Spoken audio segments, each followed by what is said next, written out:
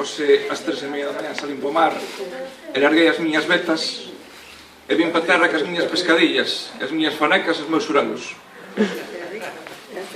Pero tamén vin que a ilusión de vir hoxe hasta aquí, porque me parece un lugar espectacular, un esteleiro. Eu que amo o mar, que son modelista naval, que fago barcos, levo toda a vida facendo barcos. Ainda tuve, a semana pasada, levaron os meus barcos, estaban no Museo do Mar de Vigo. Eu que amo as cadernas, estaros aquí neste esteleiro, pois é un honor. Moitas gracias á Asociación Cultural Sueste por invitarme.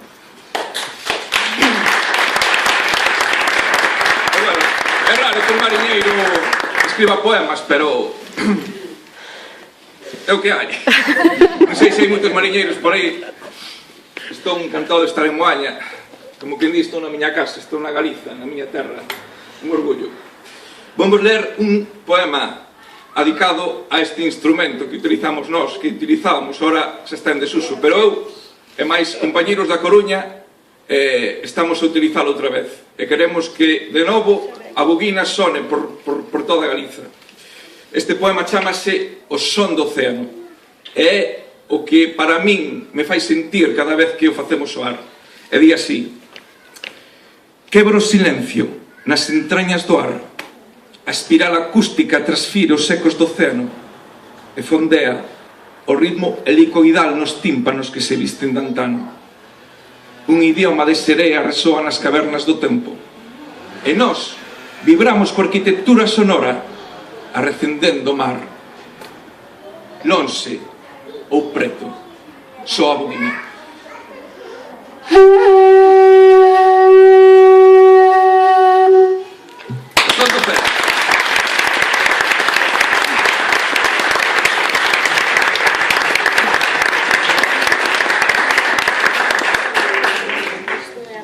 Vamos ler uns cantos poemas, pero primeiro vou empezar con un que en teoría é a base de que empezara con isto, que é o meu barco, o primeiro billar que comprei en Noia fai 9 anos. Este poema titúlase 9 metros. 9 metros é o que mide o meu barco de proa a popa, a eslora do meu barco. 9 metros. E di así: merquei 9 metros de liberdade a cambio de ser un escravo do mar. Hipotequei o meu destiño ao vento, a calma, as ondas, a marase, os 360 rumbos do compás e as noites debaixo do universo. Merquei 9 metros do océano, o acuario eterno dos meus sonhos, onde se mezclan cardumes e sereas.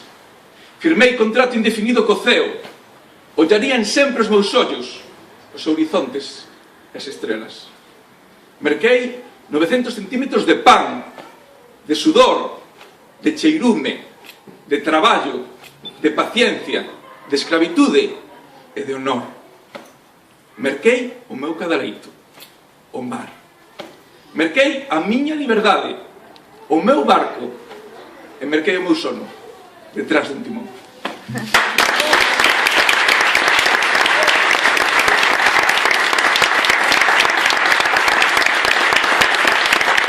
Como mariñeiro que son, intento facer poemas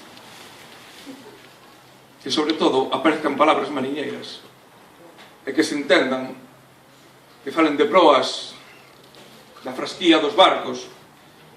Este poema está dedicado a ese momento máxico en que a proa sale do mar e se volve a clavar no mar. Esa unión da quilla ca roda que se mete no océano e volve a salir. E titulas así: as proas que suben e baixan. As nosas proas rompen a liberdade das ondas. Son escravas da nosa ambición. Están presas como rumbos que persiguen os cardumes e o cheirume dos peixes. Escravizamos as nosas proas alén da súa resistencia. Afogámolas no inferno en busca da gloria, na conquista da humanidade.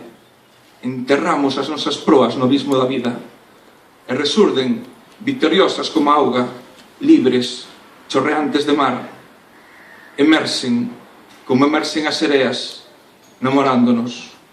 Afundímolas e resucitan, afogámolas e renacen como escravas dos nosos soños.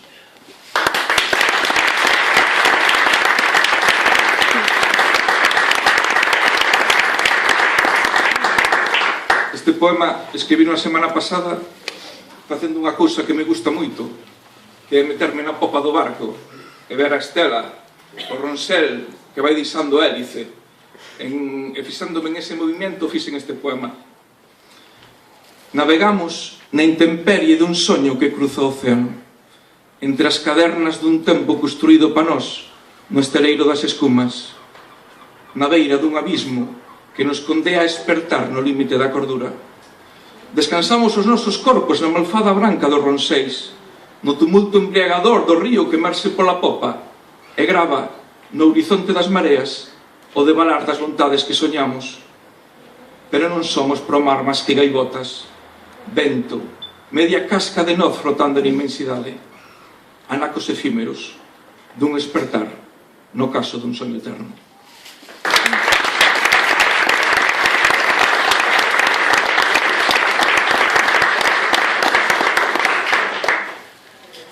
Este poema está dedicado ás mans dos mariñeiros, ás mans dos lobos de mar, que é o que quero reivindicar eu nos meus poemas.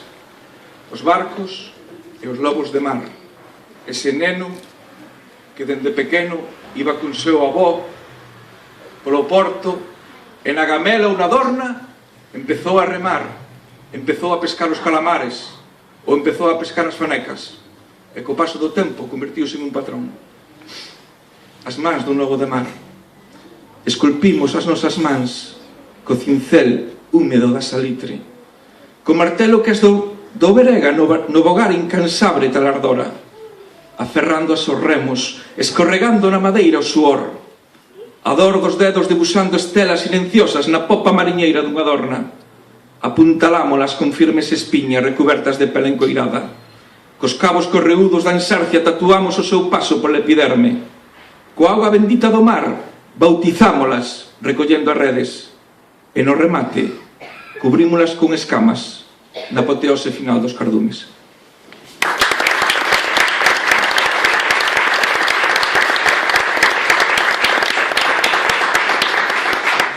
E agora vou ler este poema que fala da unión que temos os mariñeiros co noso barco, que é unha prolongación do noso corpo.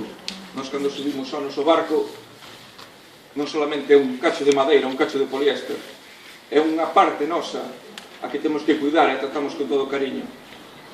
E di así, titulas así: A cárcere de liberdade do mar. Estou preso na rosa dos ventos, no xardín botánico dos seus rumbos, no abono que alimenta o meu compás. Érgome, escravo da lúa, perségueme como azar inevitable no teito universal da miña prisión. Estou encravado no casco, engaiolado nas travesas de babor a estribor, compartindo as costelas cas cadernas, a quilla coa columna vertebral, a pel cos cravos dos banzos. Cuspe o meu corpo estopa hebrea prisioneiro do meu esqueleto naval. Deítome, enredado no aseso, enmallado nun aparello tinguido de púrpura que cubre como as mantas o meu leito. Durmo, coa man sobre o timón, aspirando o perfume da rosa do vento.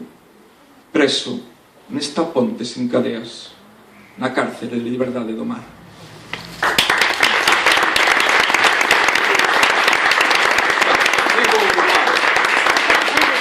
Bueno, vou ler un par de poemas máis. Son tamén, aparte de ser patrón de pesca, son capitán de pesca e tamén anduve en as miñas andanzas por aí. Estuve nas augas de Rocal, un caladoiro que está ao sur de Islandia durante 4 anos, e doume para facer bastantes poemas que non vou ler hoxe, senón estaríamos esta mañán. Pero tamén quero reivindicar que os mariñeiros galegos podemos levar ben alta a nosa bandeira por todo o mundo, porque nós descubrimos casi 80% dos caladores de todo o mundo, aínda que ora nos voten, aínda que ora seamos os malos, donde Irlanda ora nos vota, antes non sabía nin que había peixe. A eses barcos que están aí amarrados, vou dedicar este poema, que se titula así: Os astrónomos de caladoiros invisibles. Atravesamos a cegas a liña incerta do horizonte, a cartografía invisible de mares en coordenadas, o tempo oculto en reloxos sin agullas nin calendarios. Coas mans curtidas en 1.000.000 de ventos, soubemos trazar os rumbos no papel en branco da ansia. Soubemos apuntalar o sextante baixo estrelas preñadas de peixes. Nomeamos coa nosa fe meridianos e paralelos, orfos de apelido. Bautizamos fondos sin nación coa nosa bandeira azul e branca. Fomos astrónomos na procura de cardumes perdidos no silencio, náufragos da palabra amor, sentenciado nas bodegas baleiras, lobos de mar, encadeados a un destino innato dos seus corazóns, presos eternamente dos 360 grados do océano.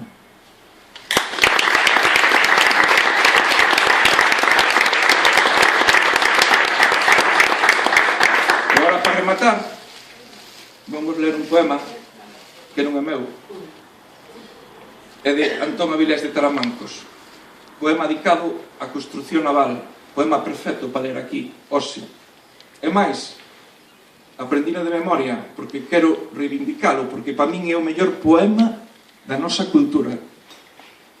Un poema que fixo dende a emigración, dende Sudamérica, pensando na súa terra. Fala dun barco que se construe.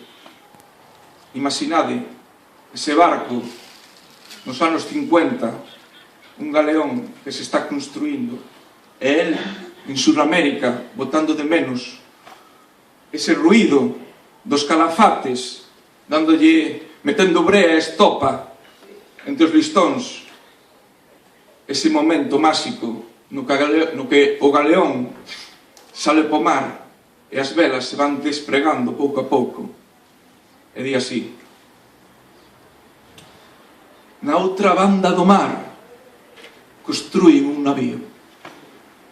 O martelar dos calafates resoa na mañá e non saben que están a construir a torre de cristal da miña infancia.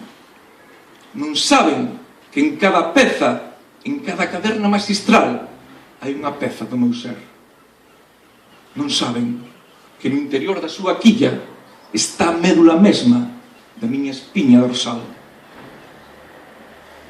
Que no galipote a quencer está o perfume máxico da vida. Que no remate, e cando ergan a vela e a ensarcia tremole vagarosamente no ar, será o meu corazón quen sinto o vento. Será o meu corazón. Como decía o poeta do mar Bernardino Graña: medre o mar!